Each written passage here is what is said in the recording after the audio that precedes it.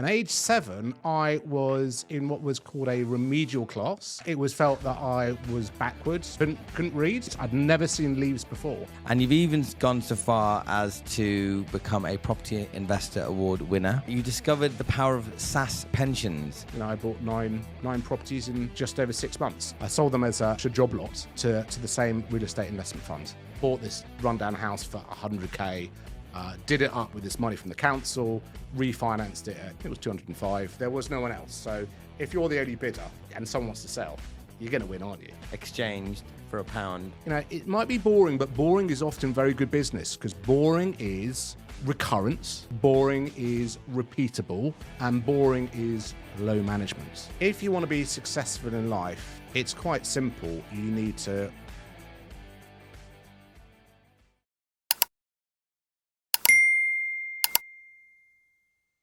Before we get into the episode, I just wanted to say that Property People has been going for over 5 years. And I've come to know that over 71% of you still haven't hit that subscribe button.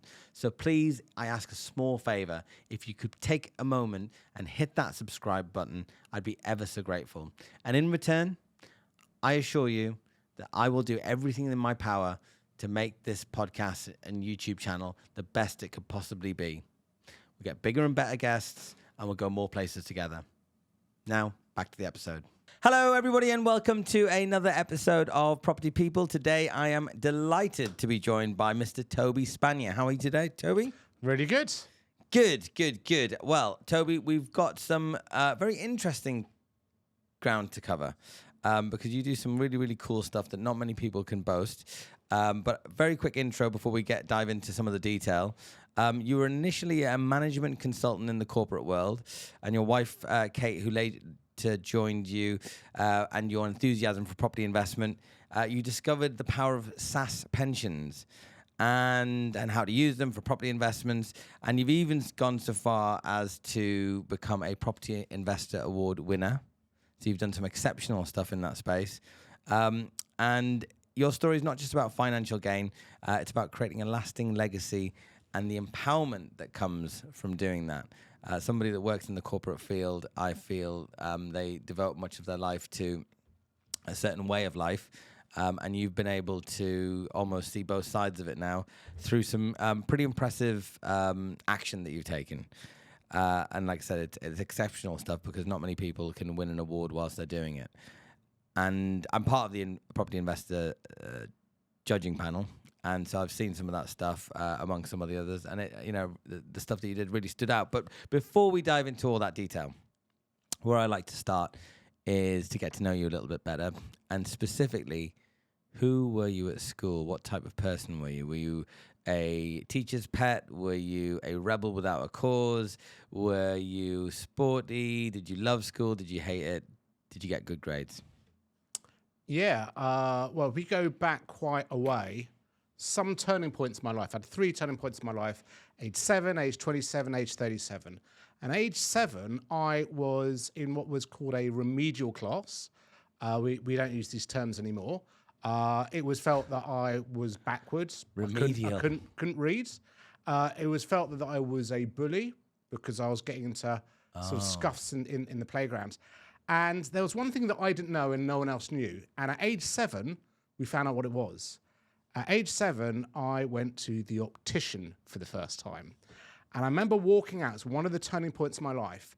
I walked out the optician, age 7, with glasses on for the first time. And I looked up and I could see the trees. But also I could see the leaves on the trees. I'd never seen leaves before. Couldn't see them. Unbelievable. And I could also see the veins on each of the leaves. I'd never seen it before. And basically what it was is I just couldn't see. I couldn't see, but I didn't know I couldn't see. Didn't know any better, yeah. I would hide at the back of the classroom. I couldn't really engage because I didn't really know what was going on. And this is the thing. If you don't know that there's something you don't know, you can't ask for help. And that was a real turning point because from then I went from someone who couldn't do anything to someone who actually could. Remember at the parents' evening, my dad said to the teacher, "Look, how come when someone writes something wrong, they spell it wrong, they have to write it 3 times in the margin, But when Toby spells it wrong, he doesn't. I just looked through the book. Oh, he's Toby. He's lovely. And there was just this expectation that I wasn't going to amount to anything. So, lovely chap, just leave him alone. And, again, my dad knew that wasn't right and pulled me out of that school and, got me glasses, And things got better. So I went from being very poor, thinking I was really rubbish, to finding out actually I was very good academically. And the key thing you need to look at with kids is who are their friends. Yeah. All my friends were super clever, but I knew I was stupid. But then it turns out, I thought I was stupid until my GCSE results came back, and then I realised, oh wow, he's not too bad. I'm in the same lineage of these other people as well.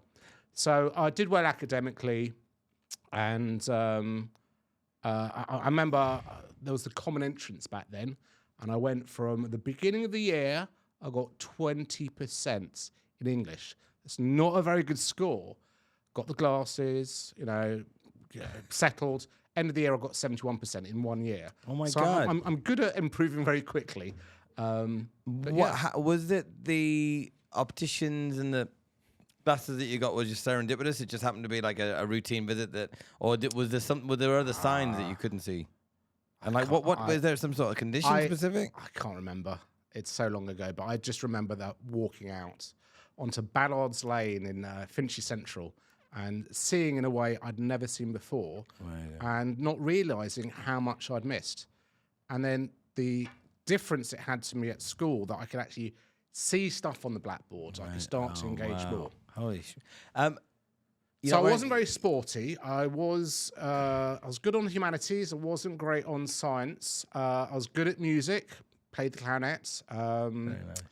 And I think I had a pretty happy childhood. You're not wearing glasses now, do you? Have you had lasers and stuff, or is that what? Yeah. So when I was, when I was 27, I jumped off the Fangrave waterfall in New Zealand and temporarily blinded myself. So that was another turning point. I was going to say, because you got 727. At which point I decided perhaps, my bachelor days were over and I should settle down. And at 37, I had laser surgery. Right, okay, so these are the milestones. Lucky number 7, eh? All around vision, really. All around being able to see. It's interesting, isn't it, actually? Because vision, if you don't have a vision, like the people that create amazing things around us, do great deals, build great buildings, whatever it might be, the Elon Musk of the world, say what you want about him, but he's, he had a vision at some point and he's been able to send rockets out into space. It's all about seeing first and acting fastest. You've got to see stuff that other people don't see, but seeing isn't enough. You then got to take action. Action as well on top. So there's all this self-affirmation stuff as well, people tell me, which I do agree with. Like, if you say something to yourself repeatedly, there's a good chance that you will be able to achieve that thing or have that thing or whatever. But without actually going, like, just sitting in the mirror in your bedroom saying those things. It's not going to happen. And I had 10 years deciding to get into property, but being too scared to do anything about it. Interesting. And the one thing that changed was I started to go into these property meets and I met people who were like buying properties. And it's like, oh, well, if they're buying properties, it's not a weird thing. But, it's if you put a crab in a bucket, the crab will climb out. But if you put a crab in a bucket with other crabs, the other crabs will pull the crab back in. Okay, I didn't know that. And this is what happens. You've got to change your mindset. And if you want to do something, you need to surround yourself with people who do that thing. And if you are surrounded by friends and family who don't do that thing, they, out of love, a misplaced sense of love, want to protect you. They will pull you back. What are you talking about buying? You've already got a property. Why do you want another property? It doesn't make any sense. It's very risky. You'd probably go bust. Don't do it. So you need to get out of that milieu. You need to get into an environment where people buy properties. And then you realize, wow, it's not this really risky thing. And people do it multiple times. And, if they can do it, surely I can do it. That was the change. And I went from being too scared to do anything for 10 years to being in that environment and go, right, let's go. And, I bought nine properties in just over 6 months. So it was just a mindset thing. That was the only thing that changed. It's impressive. 9 properties in 6 months, and we'll get to that as well. But you're right, the mindset, and interestingly, because I started out my career in property from before 18, to be honest, because my mum and dad were heavily enthusiasts in the property space. My best friend's dad that I talk about all the time, he was hugely influential. So I just thought lots of people, they understand real estate's a important thing, so they'll take some sort of interest in it. But it was only until I started frequenting these property meets, which we started talking about just before we went live, I realized that there's a whole world out there of like creative strategies and another wonderful world. But before we get into all those deals, because those are, They're coming. They're coming. Chronologically, I always like to go a little bit because what did you study at? Did you go to university? Yeah. So I went from school to university. I went to Oxford. I did classics, so Greek and Latin. But really, what it turned out to be was ancient history and ancient and modern philosophy, with the little sort of tweak was that you actually read the source material in its original language, be it Greek, be it Latin. Holy. Those kind of skills. We just had a lender sit with us, and he studied chemistry, and from chemistry to development finance lending nearly £1 billion of loans. I said, has it helped you in any way? He said, not at all, not one bit. Which I found quite interesting. And then when I hear things, I studied Latin at school as well, and I think weirdly, in a roundabout way, I ended up learning Spanish after I was 18 years old. I lived there for a little while. I think it did help me in learning another language. Not much more beyond that necessarily. Not necessarily in business anyway. Learning things like classics and another language like Greek and old kind of historic Shakespearean versions of those languages.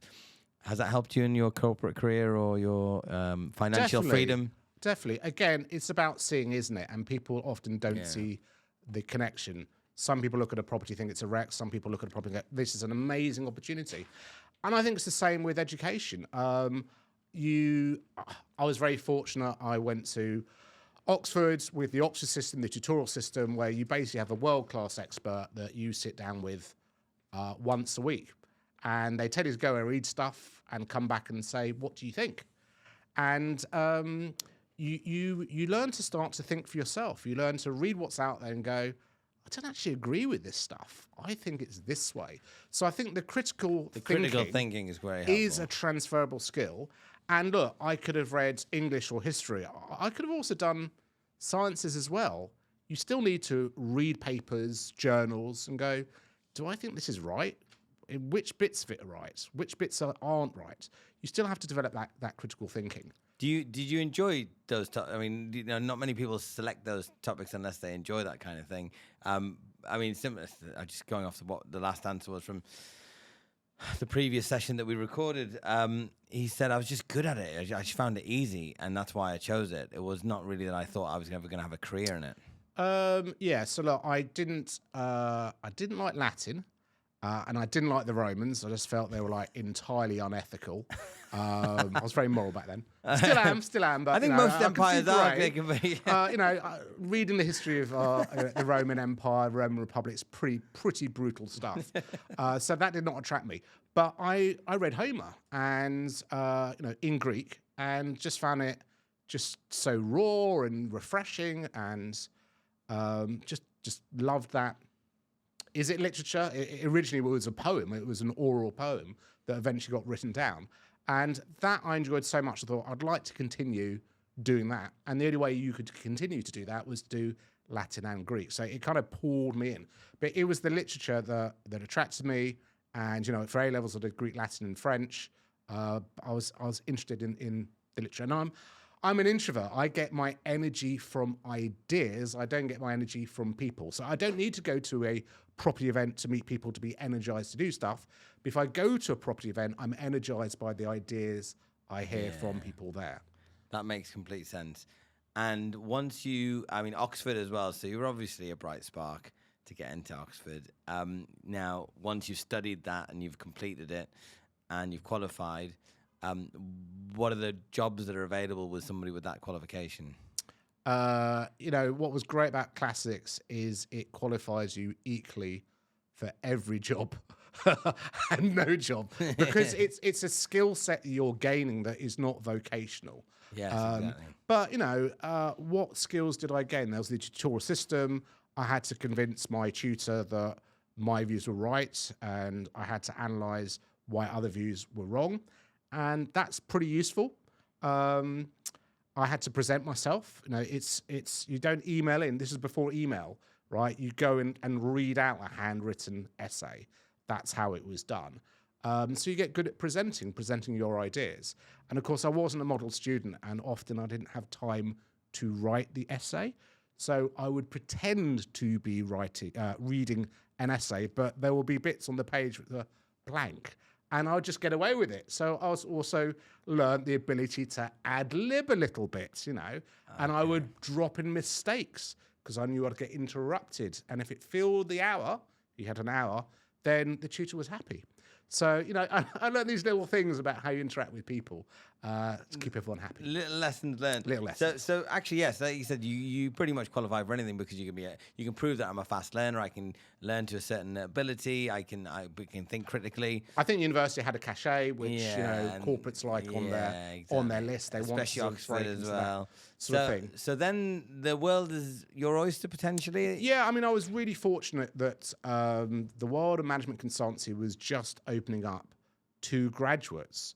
Prior to 1996, 1997, you had to be Sir John Harvey Jones. You went and did something for 10 years. You were an expert in it, and then you became a troubleshooter in it and being dropped into organizations to fix their problems. And then they called you a management consultant. And what happened in that late 90s was the big organizations realized it was much cheaper just to recruit young, bright people, train them up and mold them the way they wanted to be. And actually they would cost less within 2, 3, 4 years than having to go into industry and bring in some great guru. So for the first time, you could actually apply to organizations to be a management consultant. Whereas a few years before, there were no graduate positions. You came in as a senior associate or a senior consultant into those industries.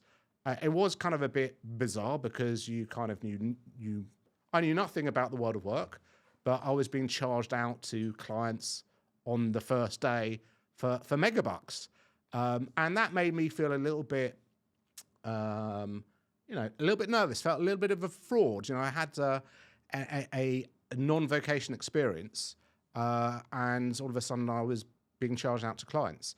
And so I thought I need to get something technical that's vocational.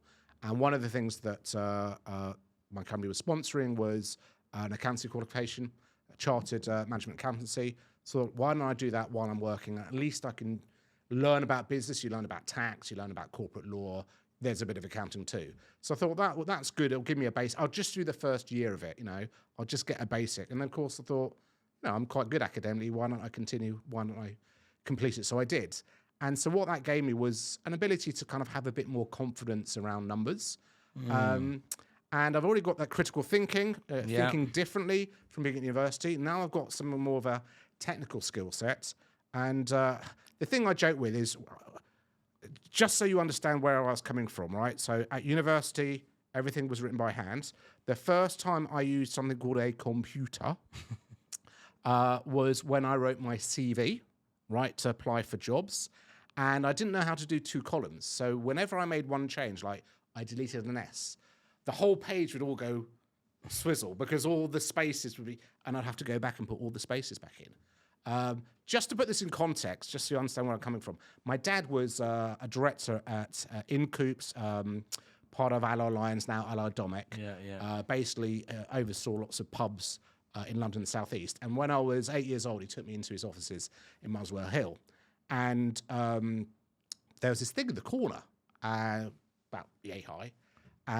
It's like a box and the little shelf that came out, and it was covered in this dust cover. And I said, Daddy, what's that? He said, son, that's a computer. And I said, Daddy, what's it for? And he said, son, absolutely nothing. And at 9 o'clock, his secretary came in, back in the days of secretaries, with his emails printed out. He'd read them, go yes, no, dictate a one-line response. She'd go out, type it up, send it at 9:10, then email back, and it got printed out for the next day. So if you want to do anything with my dad, you had to phone him up and explain. And this is the world I came from. I just didn't know anything about computers. And when I joined Deloitte, the motto was helping our people and our clients to excel. And we changed it to helping our people and our clients with Excel, as in Microsoft Excel. Because all we did was build spreadsheets and then, PowerPoint documents and Word documents. To this day, it's one of the most powerful tools still. Yeah, and I got really good at that sort of technical skill set of not kind of building macros and doing really complicated stuff within Excel, but just using it to help coming up with an answer to a difficult question. Just I've got a way of structuring stuff in a very simple spreadsheet that I can understand that's actually going to help me make a decision. And that was the real transferable skill that I took from the world of work into the world of property investment. Learning to use Excel and spreadsheets has helped me massively in my life. It's similar to your vision before and after. I genuinely think that it was around 2016 that I started really using Excel to run some models and revenue models and stuff. And I was like, wow, this is actually really powerful. And it can take you to a whole new level. With everything that you've done in the corporate world, well, tell me a little bit more about the corporate world. So at what point did you decide, okay, I need to step out of the corporate world and do my own thing? Well, look, I'm a great procrastinator. I didn't know what I wanted to do after university. I had 4 years doing quite a niche subject that doesn't qualify you for anything. And I thought, this management consultancy lark sounds quite good. It's high status. You get to work at lots of different companies. You get to work at quite a senior level quite early in your career. If you can work your way around a spreadsheet, you actually become quite critical. As a real junior, you might be 1 or 2 years into your career, but actually you are critical to that project because the only person who can work out what the answer is you. And you can't break a spreadsheet up and give one worksheet to you, one worksheet to someone. You just need one controlling mind for the whole thing. And so, it's a great place to be as someone relatively junior in an organization because it gives you a seat at the top table. So I basically got good at doing very basic Excel models. And I then started doing investment cases, business cases, started working at banks, telecoms, quite liked working in the public sector where sometimes they've got some really complex questions that they're trying to solve, and you can't sort of just figure out by having a chat with someone. You've got to look at lots of different sources, and then you've got to build a model. So, I started doing that. One of the projects was the Cabinet Office asked us to do is what if we created cloud computing across all of government. What would be the cost of doing it? How much money would it save? What would be the benefits? And again, it was just like being back at university. You've got the textual side of like reading essays and going, what do I think? But you've also got this analytical side of let's kind of back up those ideas with some hard numbers. And if you've got these assumptions, what do they mean if we fast forward and look into the future? Do you are you the type of person that puts their shopping list into a spreadsheet? I do use spreadsheets a lot. People ask me, so what tools do you use? I go, got something called Rightmove, and I've got something called Excel, and that's pretty much it. Telephone. Helps and connect the two together. Yeah. Send some emails. That's my secret sauce. So, the property world. You want to get into property. Why property? Why not? You can make a lot of money faster off cryptos. I think if you want to be successful in life, it's quite simple. You need to work out who you are. And your character is not created. You're born with your character. Your character is revealed.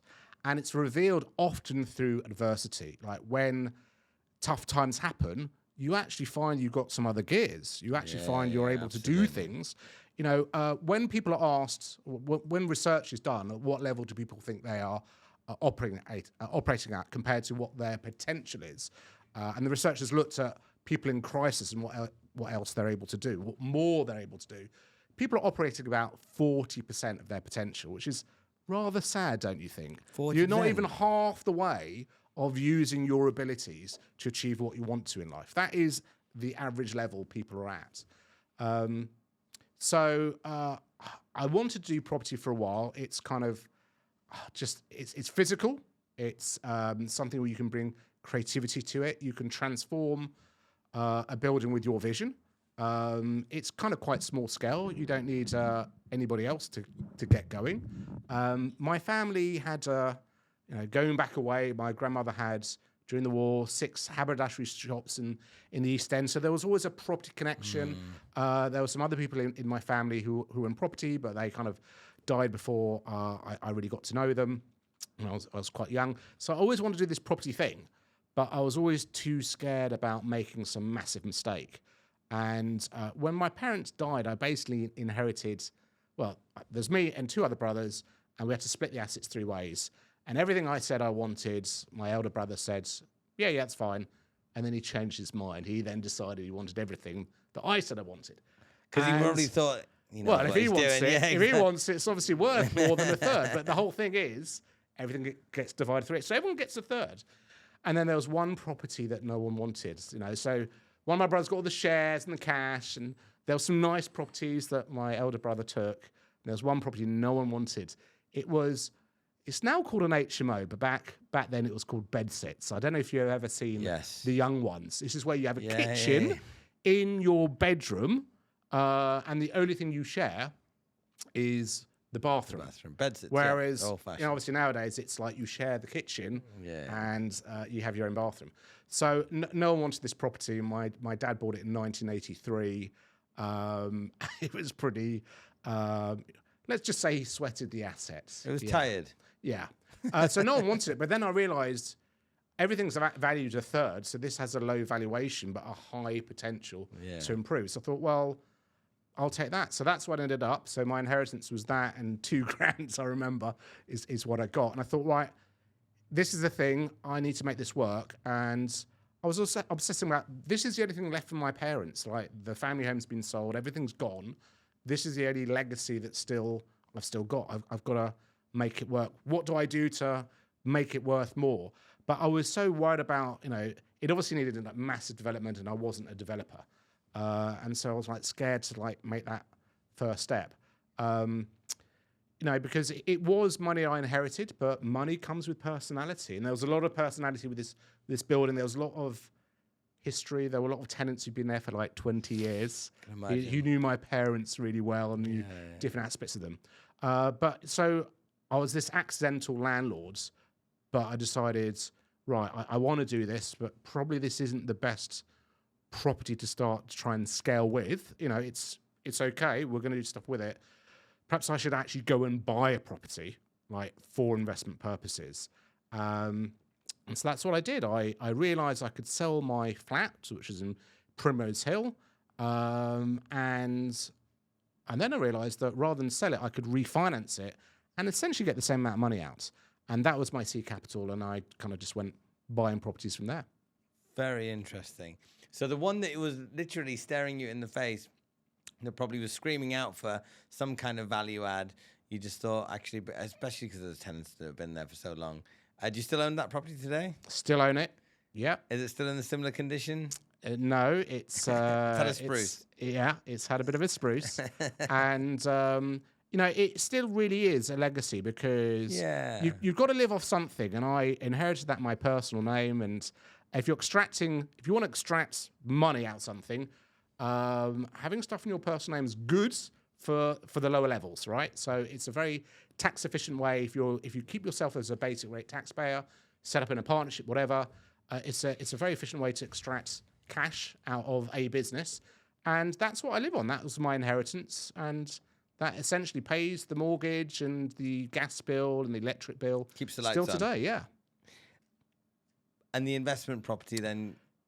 Yeah, so I thought, look, let's skip this buy-to-let thing because it's boring. Let's go and do what's sexy. It was 2016. George Osborne had just started to bring in Section 21. Yes. That sort of made all the property education gurus go, right, we need to start plugging a way of getting more money out of a building than the buy-to-let model. Let's just kind of train people in HMO and tell them to HMO everything. So I thought, I'll just go do the HMO thing. And, it's like, okay, let's find my investment area. I need properties around this kind of price with 3 bedrooms with a front to back living room downstairs. And I went to an area, Corby, which was in the Midlands, where, you could buy properties at that time for, I think my cheapest was about 110. So not massives. You've kind of got some level of capital appreciation because you're in the Midlands, but it's kind of easy to get to if you're from the south. It's not all the way far up north. And I just sort of started by buildings and did very basic HMO. I'm not a poster child for HMOs because my product was really crummy. Because I asked all the letting agents, what should I do? Should I have don't do en suites. Well, no, don't. That's not the market here. Don't do that. Just give the market what the market wants. So I thought, okay, well, I'll just do the basic HMO. And, it worked brilliantly to begin with because it's what the market wanted. But in property, things shift, and things shift quite fast. And within a 6-month period, something gets hot, some strategy gets hot. HMOs in a certain area get hot. Lots of investors come in. Within 6 months, it can really change the dynamic. So, I know HMO investors who've got the really high-end HMOs, and recently they've been really struggling because he lives, it's changed people's perspective, and that product they got isn't the product that people want in the marketplace. So, property's slow moving, but it's also fast moving at the same time. Yeah, no, that makes sense. But what I did was I just repeated the same mistake again and again and again over a 6-month, 27-day period. Which is I bought the same kind of house, same kind of strategy, and I was so convinced that my strategy was going to work that I didn't need to see the first property work before I already bought the 9th property. And it did work for a while, but I think I would describe myself as a motivated buyer. You want to find motivated sellers. So I was kind of happy kind of paying around asking price because my spreadsheet said it was all going to work perfectly. So let's get these deals done. Yeah, that's the one thing that the spreadsheets don't unfortunately pick up is the nuances, market changes. You can model that, but you've got to know what variables to model in, and then if you don't catch the right variables, it's very easy to take your own preconditions and then put them into Excel. So Excel gives you an answer that is the answer you wanted to see. And I got really good doing that for corporates because sometimes they weren't really interested in what the right thing was to do. Just the chief executive made a decision. They were going to do X, and they wanted someone to help them justify it. Yeah, sure, we can help build a complex model that tells you you're right. Exactly.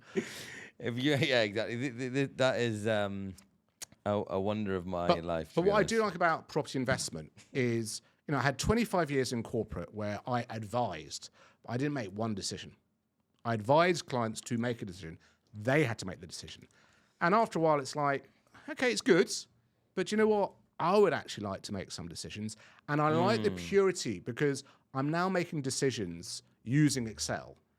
And it's very clean because if I've got the spreadsheet wrong, I'm going to lose my shirt. So now I've really got to think, I'd like to have this assumption that this is going to happen in the market, but what do I really think is going to happen in the market? How can I try and model that? Where can I go get some data? What kind of different scenarios do I want to play out that is the most likely thing that's going to happen? And you can stress test it as well, and you can flux it up and down and say... You can kind of Monte Carlo analysis and go, great, it's brilliant. It's obviously, I've done lots of analysis, I must be right. But again, you've got those preconditions. And what people tend to do is they stress test things that are easy to stress test. What if this went up? What if the revenue was 10% higher? What if the revenue was 10% lower? What if the interest rate was 1% higher? They're not looking at things that... I think you need to look at risks in terms of events rather than just changing some numbers. That's hard to model in, though, isn't it? Like, black swan events and stuff like how, COVID coming around the corner. I mean, how are you going to model that? But the thing is, if you Monte Carlo analysis, stuff. What is Monte Carlo analysis? It's when you run 10,000 iterations of an Excel spreadsheet by changing numbers randomly and try and deduce from that multiple times that, it's like the Monte Carlo circuit. The multiple times that you've run that, there should be some kind of law of averages that tells you what the reality is going to be. But you end up with an analysis where you're not able to tell the system that things are linked. And it kind of will tell you that you will sell umbrellas and ice cream on the same day because it doesn't realize that things are linked to weather. Yeah, you can't put that into your spreadsheet. So I think people kind of model the wrong kind of thing that gives them this false sense of confidence. I've stress tested my model, but they haven't sort of stress tested something like, what if a COVID happens and you couldn't get people into your properties or they couldn't leave? Obviously, no one was thinking of those sort of terms, but what is a likely risk that could happen? And then modeling that gives you more of an insight than just changing all your revenues up and down by a certain percentage. How much do you know about all this AI stuff? I was just thinking, if you had an Excel training model, could you possibly get that to consider those types of nuances in a... Well, look, we'll I'm get sure on. we'll get there. I'm going to answer that question because we're going to get on to some of the deals I do, and I'm then going to ask you, what do you think would happen if we asked AI to come up with a solution? And I think it'll make sense because AI is just taking stuff that's already out there. The way I like to think about it is when Kasparov first lost to Big Blue. I think it was back in the 80s. It was a while ago. And everyone at the time said, yes, computers win. Computers are smarter than people. Kasparov lost a game of chess. And Kasparov said, look, well done. 62 PhDs beat one person, me. So really what he was saying was, it's amazing that humankind can design this stuff. So it's really, people are clever, not machines are clever. And what AI is doing is just kind of taking all the data that's out there, and whatever data that's out there, it will summarize and, it will do stuff with it. But if the data out there isn't great data, if the thinking out there isn't great thinking, it's just going to pull that all together and give you a summary of what's out there. Which is already signs of that as well, that it doesn't necessarily spit out the correct data. But like you said, we'll circle back to that. So you bought 9 HMOs. This episode is sponsored by Merryoaks Property Finance. Merryoaks Property Finance is a finance brokerage, and we specialize in property finance for investors, developers, landlords. So anything from buy-to-let, bridging, development, commercial, HMO, short-lets, hotels, the whole 9 yards, we can support you on whatever funding requirement that you need. If you have a funding requirement, please do reach out to us in the show notes, and I hope to hear from you soon. Now, back to the episode. They weren't HMOs. They were perfectly decent family homes. And I do feel regret that I ruined them. I took these perfectly decent houses, family homes, and made them into HMOs. And they were all dotted over this town. And yeah. Do you still own them? No, I sold them to a REIT before it imploded. But I got a very good price. So I was happy about that. So I sold them as pretty much a job lot to the same real estate investment fund, which was good. Good, you had an exit? I had an exit. I was getting 15, 20% above what they really were worth. So fine. And it let me do another portfolio. I was taught you go up north for cash flow and then you come down south for capital growth. And I really don't think that is true. I really think you can do both things in the same location. And, I think property works wherever you are in the country. There is a strategy that works. The only thing you need to decide is that strategy a good fit for you, for your character? For me, I like coming up with clever ideas. I like designing, thinking, having this vision. I'm not so interested in executing the vision, and I'm really not interested in turning the handle on the vision. And the thing about HMOs, they stand for high maintenance operation, right? So yes, you can start to outsource it, and I did, and you can outsource pretty much everything. But you then need to manage your managers, and managing your managers still takes time. You still got to go and pay for the gardener, pay the letting agents, understand why there's voids, phone up, have a discussion, it's asset build my management. Excel models, go, why is there having this many voids Yeah, here, you not gotta there? do the bookkeeping. And it's noisy. There's lots of transactions. It makes it hard to see what your profitability is because there's nothing that is stable. It's constantly in flux. And it just took quite a lot of time.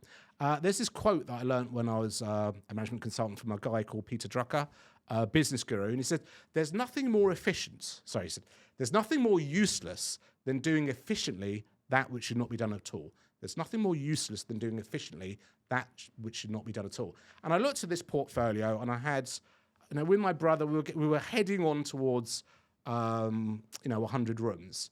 And I thought, the business is okay, but it's not brilliant. It's not making the numbers that we expected when we stuck into the spreadsheet to begin with. The market had changed as well. People by then were doing a lot more en suites. That's not the stock we had. Okay, so look, I could operationalize this. I could automate it. I could outsource this. But there's nothing more useless than doing efficiently that which should not be done at all. So if I did all these things, it would take a lot of effort to get it set up. But I'd still have this portfolio of HMOs, and I didn't really want a portfolio of HMOs. I wanted to go do stuff nearer to home, which was, I'd learnt more about property by then. And this was portfolio number one, and I didn't really need it anymore. I'd learnt, it's a ladder. I'd done the HMO thing, fine. I made a lot of mistakes, but I made some money out of it. I now have the option of changing the strategy, changing my area. It was good to make that pivot. But yeah, for me, I kind of worked out when I looked at, remember I said, I'm going to skip the buy-to-let, boring, let's go straight into the HMOs. I went back and looked at the buy-to-let model. And I realized that when I looked at the HMO model, I was making more money. But I was also putting a lot more management effort in. And I was getting like £200-300 more on the HMO than I was just getting on the buy-to-let that I hadn't got round to convert into an HMO. So I went, perhaps I need to look at these buy-to-lets again and look at the model differently. And I started looking at it and went, 2 buy-to-lets gives me more money than 1 HMO. But 2 buy-to-lets is a lot less than half the work. It's like a tenth of the work of an HMO. I then also looked at capital growth. Capital growth, really easy with a buy-to-let because you can sell it. You can refinance it. The same thing's next door.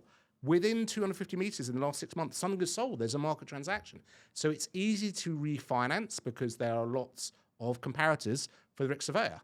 But there are no comparators of your HMO because you bought it, you've done it up, you're not going to sell it. No one's going to sell it.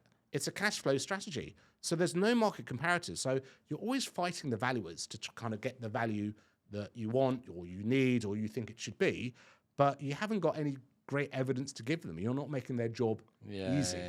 And so I started to look at these things. Then I started to look at time. And I looked at my rents for my HMO portfolio. I had my HMO portfolio for 4 years. And do you know what? The rents didn't go up. I mean, I know the product was crummy, right? But the market went up. The AST rates went up, but the HMO rents stayed the same. It's kind of a depreciating asset, an HMO. You do a refurb, it's got 5-6 households in the house. You walk in after 2 years, it looks like a bomb's gone off. It's not their fault. It's just a lot of wear and tear. You now need to repaint, recarpet just to maintain the same level of rent that you had before. With a buy-to-let, a family goes in, they stay 7 years. They don't see the mess that they're creating. They just get used to it. And so you don't have the voids, you don't have the maintenance, you don't have the management, but you are able to put the rents up because that is what the market is doing. So when I started looking at over a number of years, I actually realized the buy-to-let model is a lot more profitable over time than people think. What people do is they do a spreadsheet and they go, I'm going to convert this property into an HMO, and I'm just going to click my fingers and imagine it's done, and I'm just going to imagine that all the rooms are full, and I'm going to underestimate a bit the costs of utility. And wow, it gives me £1,000 cash flow a month. That's amazing. And 20, 30, 40, and this 50%. buy-to-let is rubbish. Yeah. But what they don't factor in, which they could factor in, is it's going to take 6 months to do the work to make it into an HMO. And then it's going to take, a month or 2 months or perhaps 3 months to fill all the rooms. And you've got all the utilities and all that stuff that you've got to do as well. And you also need to buy a bigger house because the HMO model doesn't really work with 4 bedrooms, a minimo, no en-suites. You need 5 bedrooms, really you need 6. So you need to buy a bigger house. A bigger house is going to cost more money. So now we're looking at the buy-to-let, just small standard house, fine. Now I need to spend 30% more than that to buy my HMO. That's okay, bank will lend me 75%. But now I need to find the 30, 40, 50 grand to refurb it, and the bank on the whole ain't going to give you that money, right? So now I'm putting more cash. So you start to look at the cash you put in and the return you get. And if you buy a buy-to-let you just buy it well, you buy it 10% below what it should be, and it's in an area, there's some capital growth, 6% a year for 2 years. So, it should have been 100, you bought it at 90, but really it was 100 the day you bought it. And then the next year it's 106, 107, and then the year off. Within 2 years, you're like 115, and you bought it for 90. So there's a 25% increase. The thing's been rented from the first month you bought it.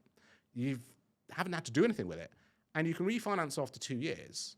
And if it's increased 25% from your purchase price, you can recycle all your money. So that's a 50% return on capital employed. Pretty good. Most people with HMOs don't get that. So I started to think, perhaps I should do more of the buy-to-let thing, but perhaps I should do it a bit more on steroids, and perhaps I should start looking at multiple units, blocks of flats. Blocks of flats, and that's the best way to do it. And that's title splits and stuff like that. Just the last thing on the HMOs, because I've got a bunch of HMOs, and I have moved them from students to professionals to short lets, and now it's a lot of management. And the numbers that we've projected, yes, the first year or two you might get those, but then the new entrance into the market, yours is a little bit more tired. It's like buying a really nice car, right? You've gone out and bought your BMW, but after a year, it's an old BMW, and after 2 years, it's an older BMW. And now there's newer BMWs that are coming that people would prefer. The new BMW has the cachet, the old one does not. But you're still trying to retain that same price point in the marketplace when there's a product coming in that is better, it's newer, it's shinier. And it's hard to do. And it's that refurb, that refurb, once you've done a refurb, is tough because you've got to spend money just to retain the rates that you've already had. Yeah? And so that's a really poor return on capital employed. But if you don't do it, then you won't even be able to fill your rooms. It's very interesting that you mention all this stuff. I mean, I run a finance brokerage, and we have a lot of investors, and they work with buy-to-lets, HMOs. They do a lot of buy, refurbish, rent, refinance stuff. And of course, I have a HMO portfolio, so I do encourage other people to get into the property market. How they get into it, whether they're going for blocks of flats, whether they're going for commercial, whether whatever they might be doing. I'm an advocate for it. Over the long term, it's done me and my family very, very well. But I do hear what you're saying, and there's not many people that say stuff like that, not out in the open, not out loudly anyway. I think it's somewhat, I don't know if it's taboo, but certainly the wisdom in the room, or at least the courses that are able to be sold from the high yielding. Look at the return on equity. Look at these lovely numbers. But also the whole industry, like, it's often with the buy-to-lets, you might not be, if it's a more expensive property, then it's kind of hard to get through the stress testing unless you do a 5-year deal and you want to do a 2-year deal so you can refinance. I mean, London, so a lot of things kind of push people towards the HMO thing. And, people can make great money from HMO. I'm not saying that they can't. But I don't think everyone has to feel they have to do an HMO to start in the market. There are, it might be boring, but boring is often very good business because boring is recurrence, boring is repeatable, and boring is low management. That is, if you're describing a business that you want, that's the kind of business you want. And there's a lot of aspects around buy-to-let or multiple buy-to-let, which is, it's recurrent. There's just the mortgage and the building insurance, and that's it. So you know what your profit is because it's the rent minus the month's mortgage.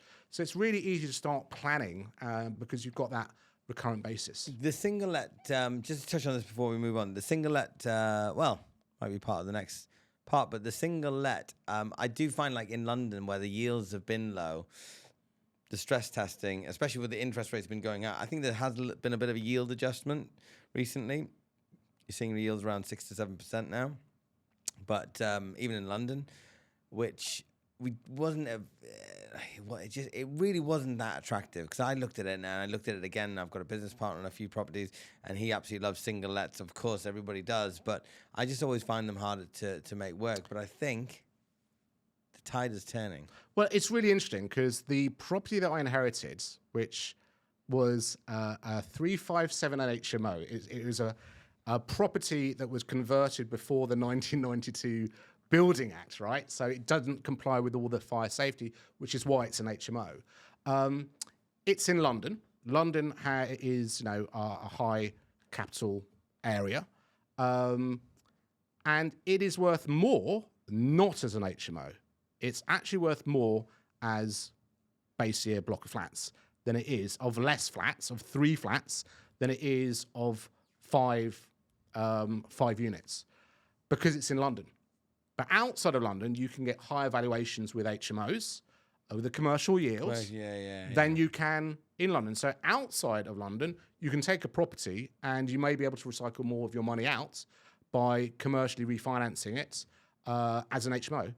Inside London, actually, something that's running as an HMO might actually be worth more as under bricks and mortar. So you've got to understand, as I said, property works wherever you are in the country. You just need to understand what strategy works in that area. And the next question is, what strategy works with you?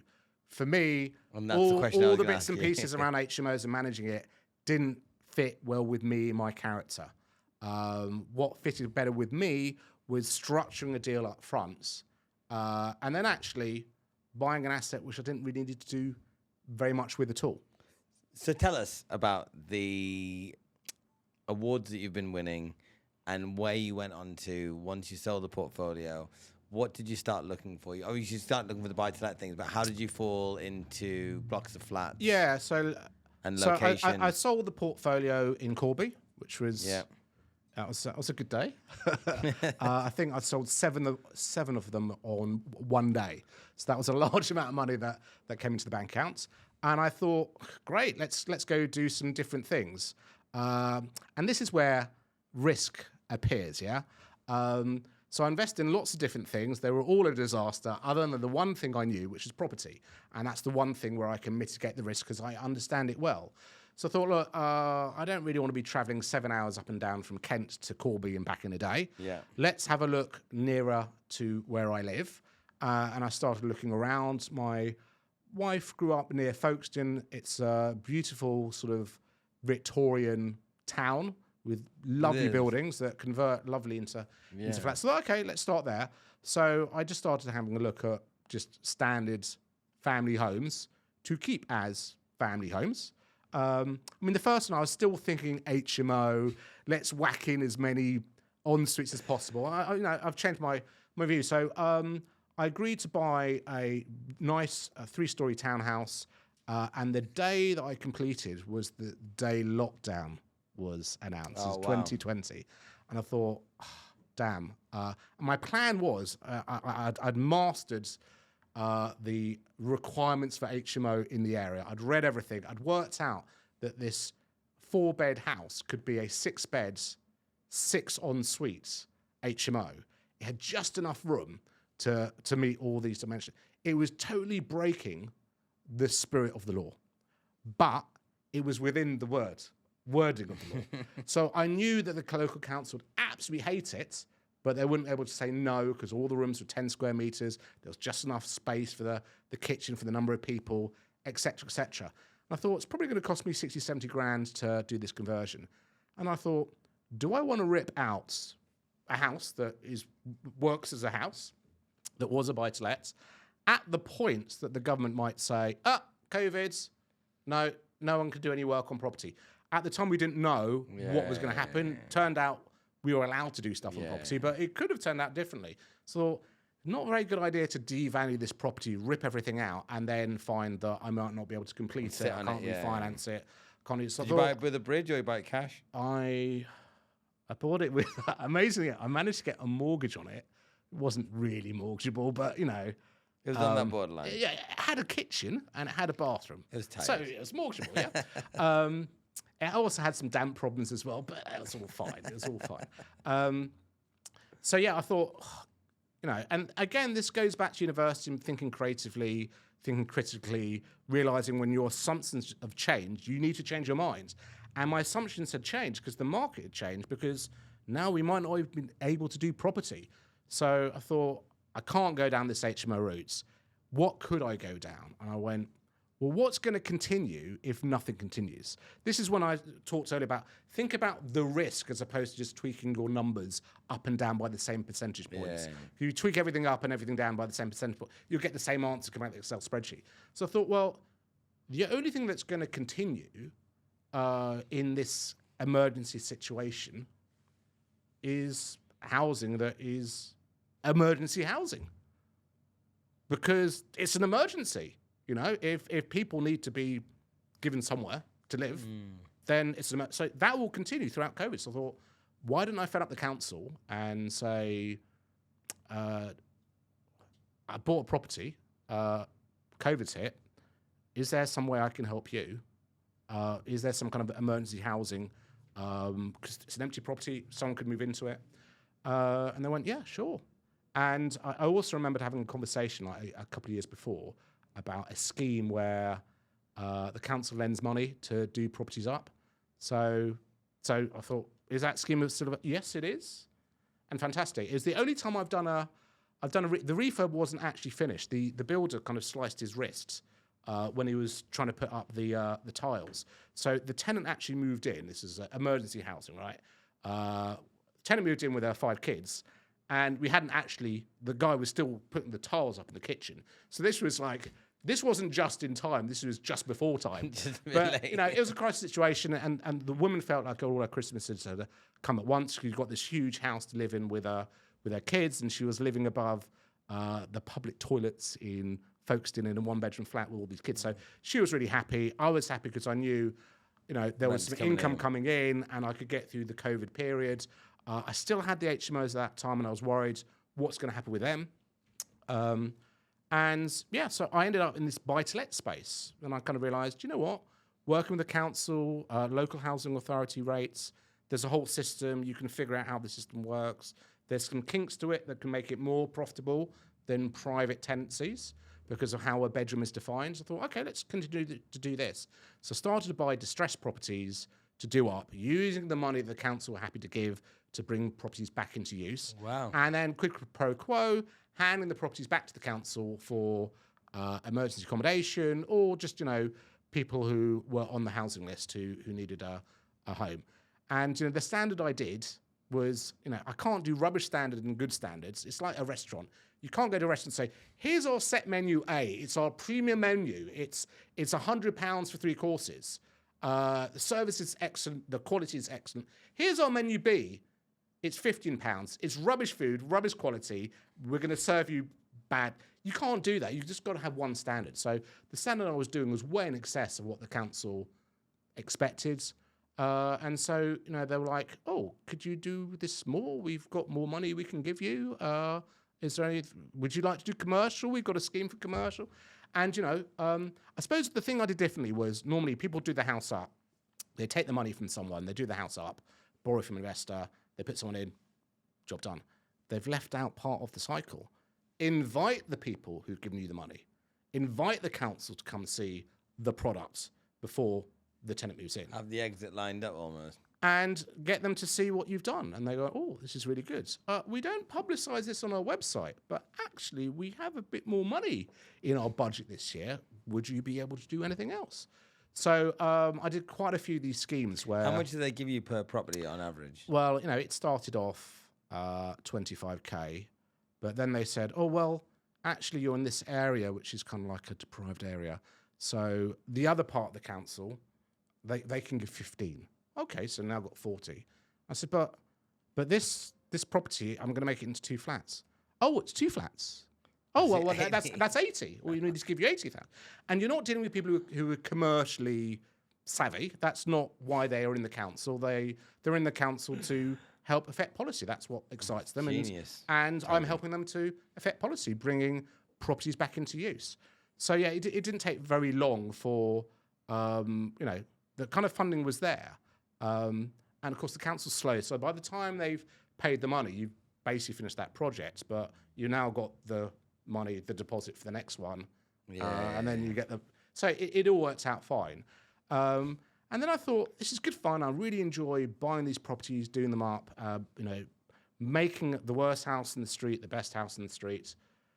It's quite slow, though, isn't it? It's quite slow. A house. Is there a way of doing this more quickly? And that's when I thought, well, let's have a look at one of these houses, which in the 80s had 4 stories and was converted to a flat per floor. It's just the next step. And this is what people should do. Just do a basic strategy like buy a house. The hardest thing to do is to buy your first house. Just buy one that you can afford the deposit on. Just do the cycle once. Then just do it again, even if it's boring. If it makes money, keep doing it again. And then go just one step from there to the next thing. That one step might be, I've done lots of houses in the area. Why don't I buy a shop with a flat upstairs? Now I'm into commercial. Now I'm into mixed use. Now I'm learning something else, but it's low risk because I know how to.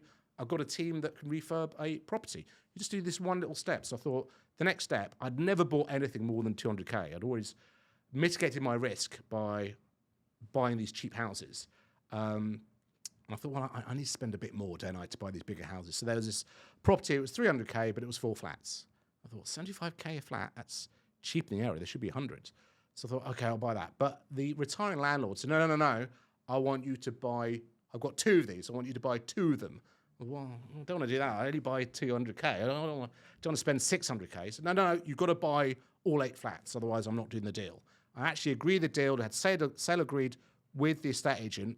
And then they reneged on it because I wasn't buying the other block.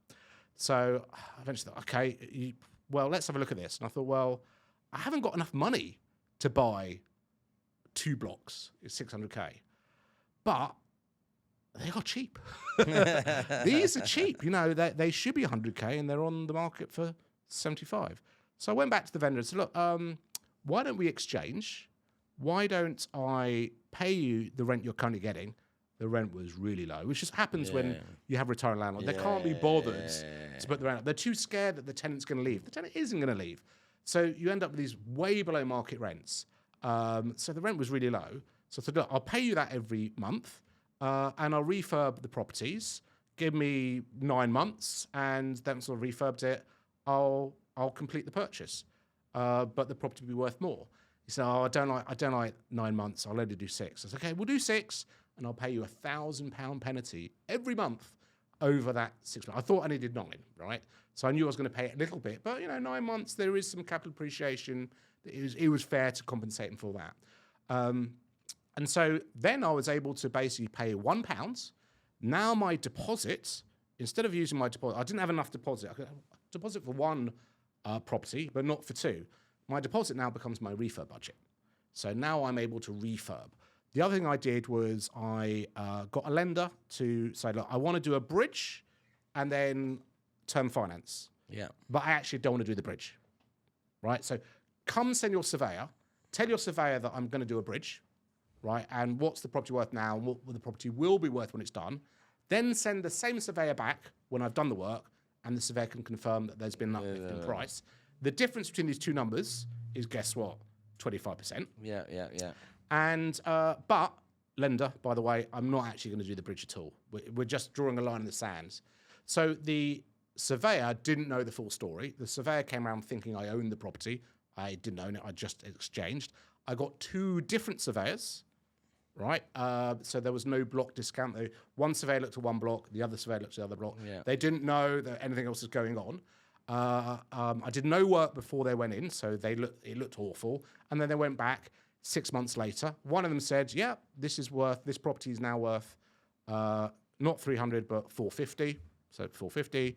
The other one came with a similar figure, but wanted other things done. So basically what happened on the day of completion, I was able to borrow not on the purchase price, but on the open market value.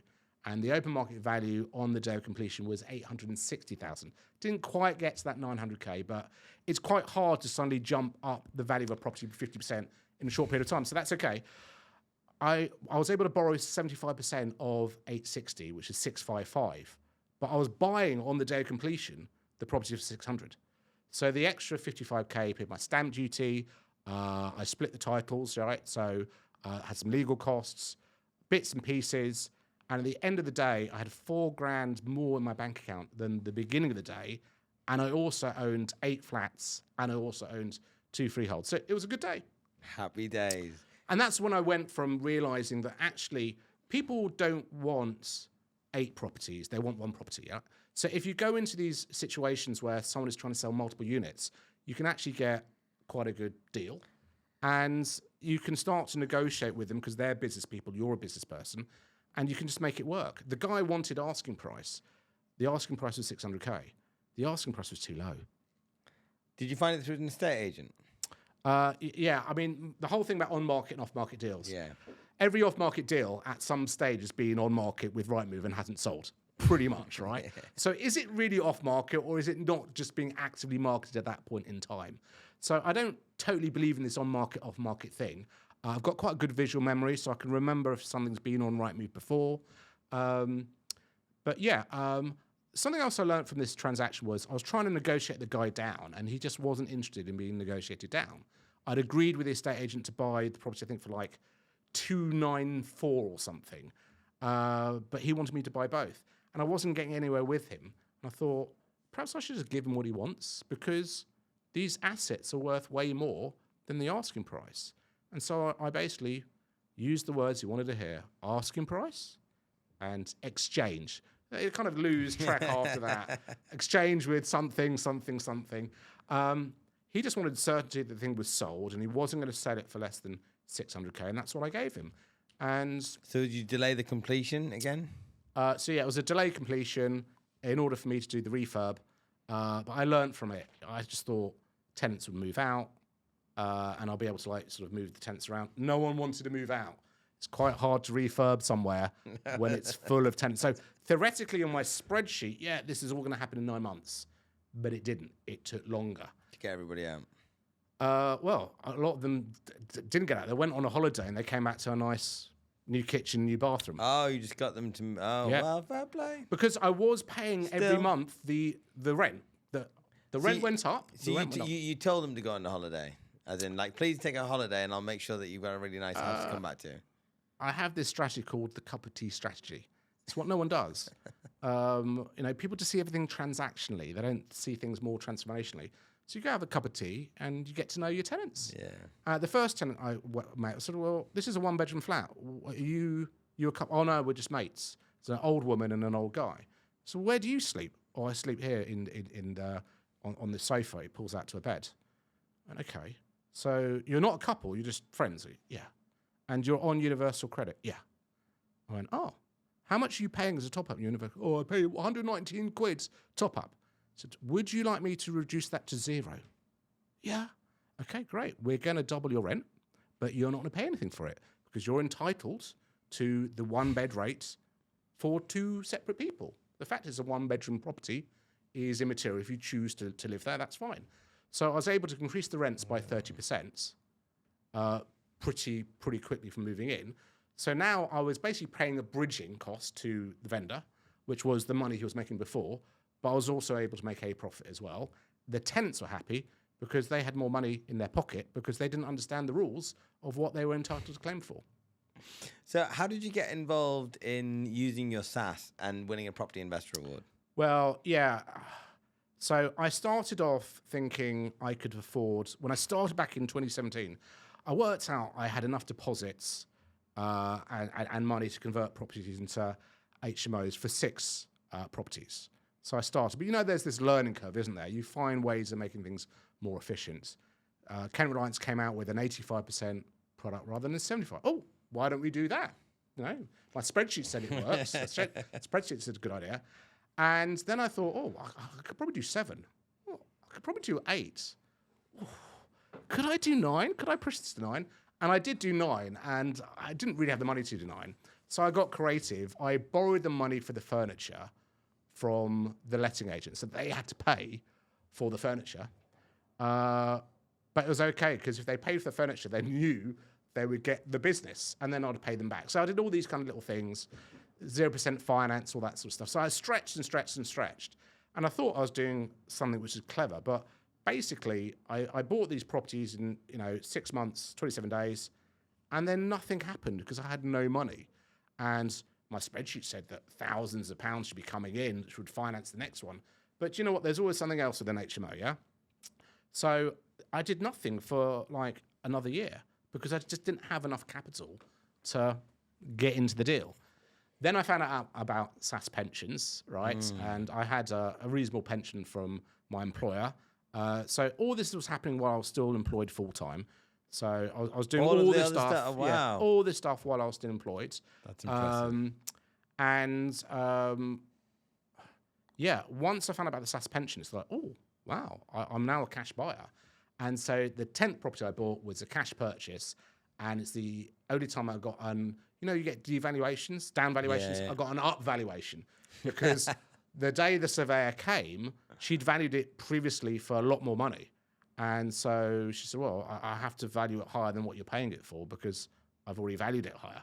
So, then I realized the power of buying in cash, that you can get a really good discount if you're a cash buyer. And then I convert that to an HMO and refinanced it and got my money out.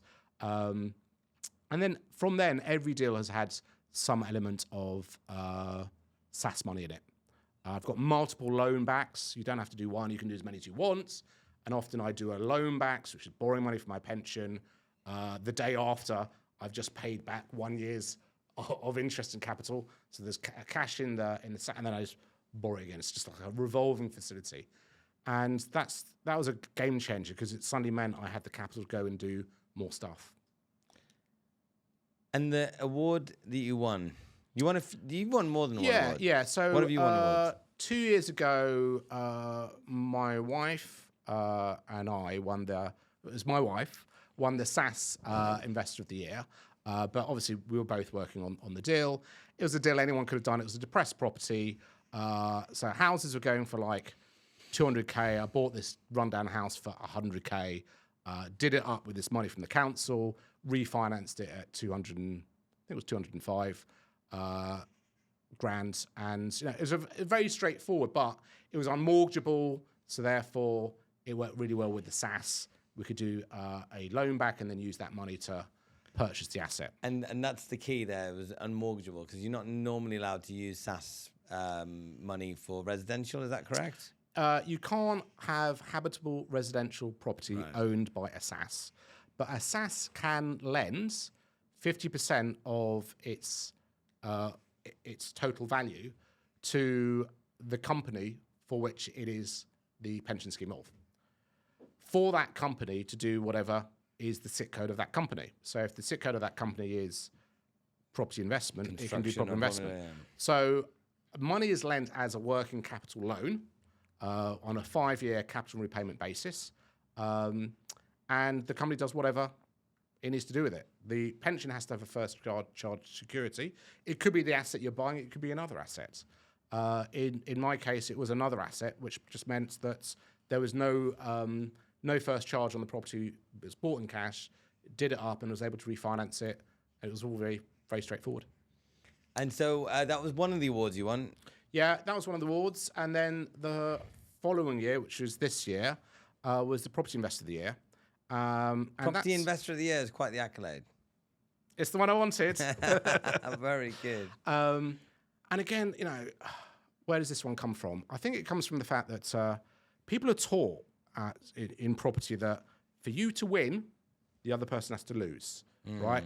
So you've got to bargain people down on price to way below what they're really comfortable doing. And if they're desperate, at some point, some of them will say yes. So it's a very sort of adversarial relationship that you're kind of trained, you're imbued with this idea, you've got to win, they've got to lose. For you to win, you've got to put out lots of offers that are all ridiculous. And then someone who's a big loser has to lose even more, like lose everything, and then they're desperate, and then you can buy something for below its true value. So this is kind of what people are taught. I just don't agree with it. And I learned from this guy that I got the 2 blocks from that trying to bargain down was not going to do it. Right? He wanted a certain figure. The figure was fair. And so actually paying asking price is fine because the value of that property, it was kind of ends up a bit of a free property if you're able to borrow 100% of the purchase price. And so, I thought, let me understand the other person. Let me understand where they're coming from. Let's try and see if we can grow the size of the pie, and then we can both take away bigger pieces. Rather than seeing it as a fixed pie problem, which is, for me to win, you've got to get less than 50%. That just doesn't feel great. So this guy I bought these 2 blocks of flats from. Remember, I'd only bought 200K was the maximum, right? And now it's 600K. He had this other block that he wanted to sell, and it wasn't selling. And the reason it wasn't selling was it was 24 flats. So people want 1 flat, people don't want 24 flats. He'd had 100 properties, he'd sold all of them. This was his last one. He wanted to retire, right? So he wanted to retire, but he couldn't until this property was sold. He wanted to go sailing. He couldn't go sailing until this thing was sold. It was on market, it was off market. It was with all SOPs in the auction. It then got pulled from the auction, right? So obviously there was no demand for that kind of product. It just was too big for people.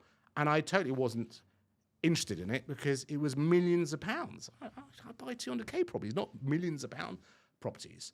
But then I heard that he hadn't sold it. And I thought, this tells me something. I know the guy is stubborn. He won't move on his price. I know he's kind of quite greedy because he won't move on his price. But I also know this has been on the market for well over a year. There's no other buyers. And he's keen to sell. He's and a motivated seller. He's keen to sell. And also at this stage, my deal had taken longer, and I was paying this £1,000 penalty. Which I remember I mentioned to you. Yeah. I didn't go, I agreed to that, but I don't really want to do it. Can we wait? I just paid it because that was what was in the agreement. And what it was doing is just building a level of trust with him that I am a man of my word. This was not kind of in my interest, but I was just doing it because that's what we negotiated. And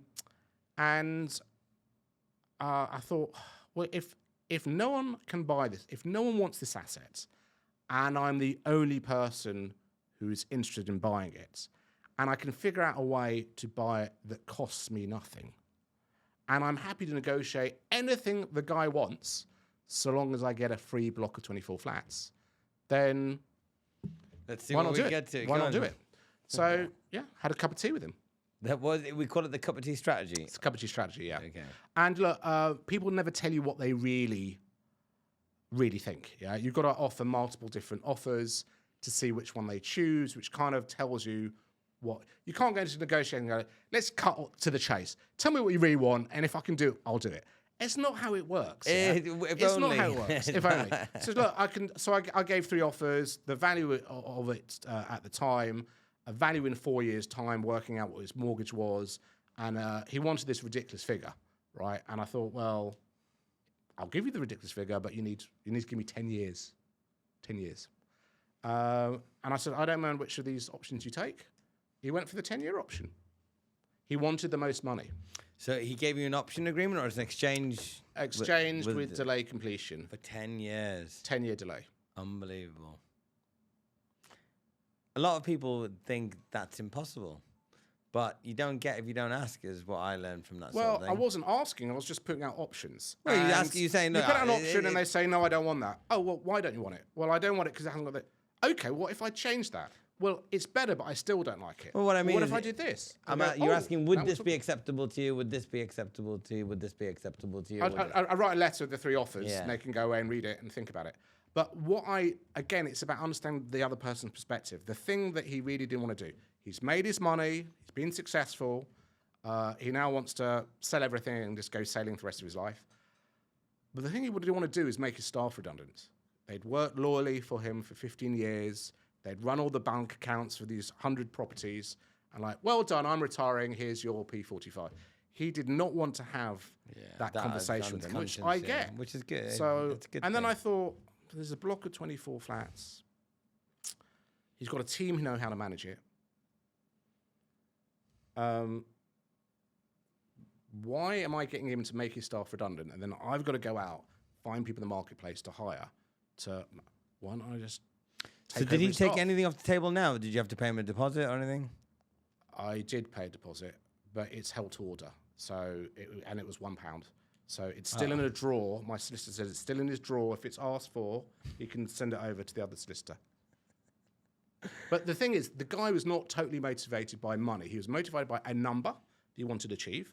He was motivated by not making staff redundant. And so you kind of figure this out by having cups of tea. And I thought, let me hire your staff, and then they've got a job, and then it's all good. And that's when he kind of changed his perspective. That's when he kind of realised, oh, yeah, perhaps we can come up with a deal here. There was no one else. So if you're the only bidder in the universe, you're like, and someone wants to sell, you're going to win, aren't you? So from start to finish, from first seeing that listing to getting it exchanged for £1, how long did it take you? Kind of slow. It rumbled on. We exchanged on the 13th of April. We really started negotiating properly in kind of like October. I got a Rick surveyor to go around to value it. The number he wanted, he got purple bricks to go around, and they valued it as if each flat was on a separate lease, and was done up, And so it was a ridiculous figure. But that was the figure that he got in his head, and he just couldn't remove it once he'd heard it. So I thought, well, I'll give you that figure, but I need time to get to that figure. He was kind of like, okay. He's making money from the building anyway, between exchange and completion. So it's all good. He knows he's got the exit coming up. I could talk to you all day about this stuff because I can see that you're very, very passionate about it. And I've no doubt that we didn't even talk about the kind of deals that you're probably working on right now and those sorts of things. But certainly I would like to potentially have you back, and if you're okay with it, and talk about the more stuff. And do you have any entries that you think you might be able to award winning this year? You never know. You never know. Watch this space. Before I let you go, though, I do need to ask you a few quick fire questions, if you don't mind. What's the best piece of advice you've ever received? I've got to think of this one. I just think just figure out who you are and then do the thing that you enjoy. You're going to do it better than anyone else. What's the worst piece of advice you've ever received? You've got to buy HMOs. That's the only strategy that works these days. That's what I was told at the time. Yeah, you've got to do HMOs. You're nothing else. Nothing else. This area is dead. This area. I was told by my property guru to not do HMOs in my area because it didn't work. And he found people for me to talk to who'd looked at it and said it doesn't work. They were the wrong people to talk to. The people to talk to were the people doing HMOs in that area. It was absolutely fine. So there was me travelling 7 hours there and back to Corby, and I could have done the HMO strategy in my own backyard. It is very interesting because I am one of the people that does say, and you said it's not true, the North is better for high-yielding income-producing assets and the South is better than for capital growth. And I mean, that's evident that has always been the case.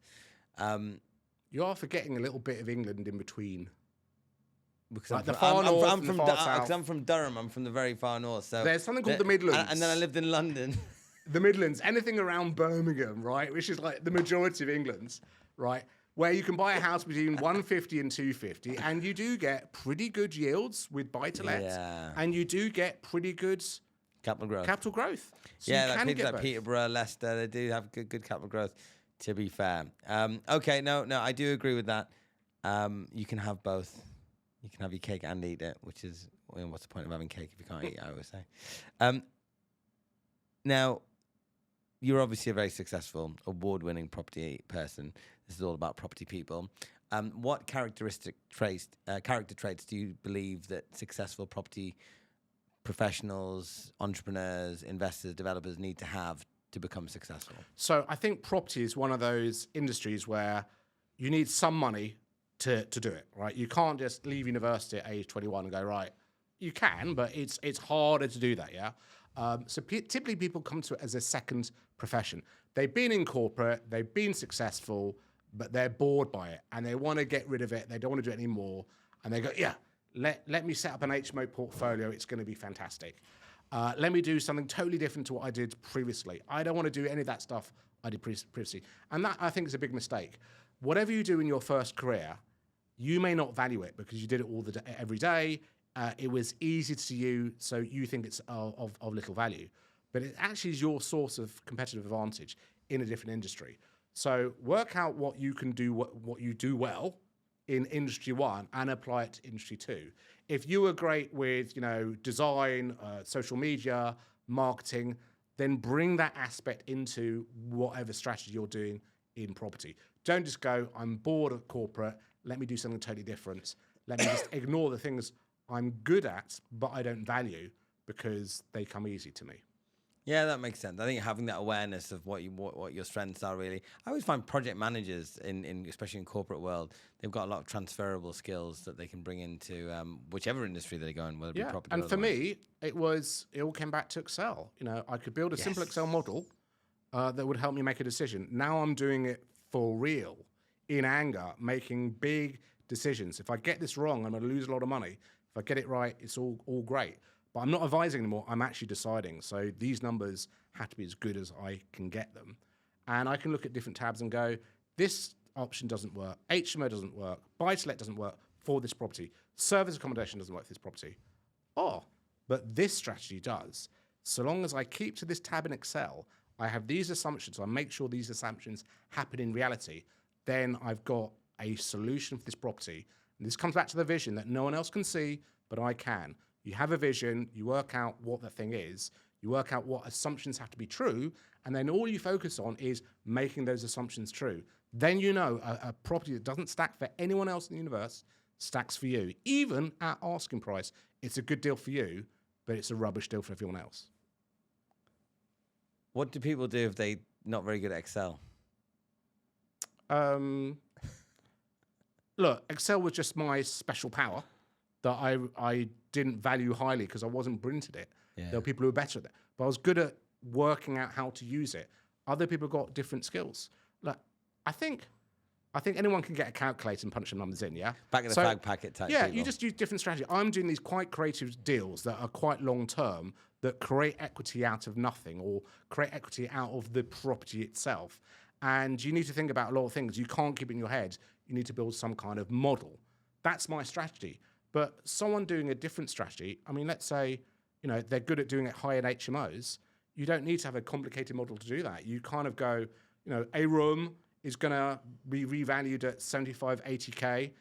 I'm going to get 6 rooms out of this property. Therefore, I can't buy it for more than 250 grand because my budget is 10 grand a room, 20 grand for kitchen, 10 grand for outside. You get to these kind of quite easy numbers, then you just kind of go, that's going to work for me.